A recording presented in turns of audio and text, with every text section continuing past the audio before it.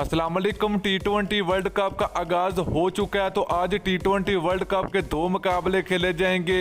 तो पहला मुकाबला 3 बजे खेला जाएगा, दूसरा मुकाबला 7 बजे खेला जाएगा। तो दोस्तों आज इस वीडियो के अंदर बात करेंगे पाकिस्तान का मुकाबला वेस्ट इंडीज, पहला प्रैक्टिस मैच।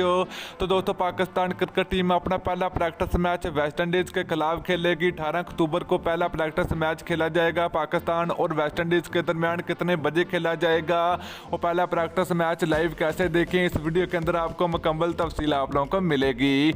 तो दोस्तों अगर आप लोग भी पाकिस्तान क्रिकेट टीम से मोहब्बत रखते हैं तो जल्दी इस वीडियो को लाइक करें, उसके बाद चैनल को सब्सक्राइब करें और बेल आइकन जरूर अनेबल करें ताकि आप लोगों को मजीद क्रिकेट की वीडियो मिलती रहेगी।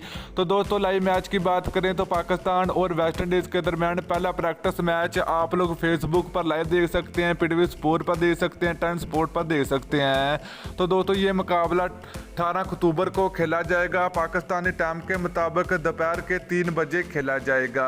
तो दोस्तों पाकिस्तान क्रिकेट टीम में अपने 2 प्रैक्टिस मैच खेलेगी। पहला प्रैक्टिस मैच 18 अक्टूबर को खेला जाएगा, दूसरा प्रैक्टिस मैच 20 अक्टूबर को खेला जाएगा।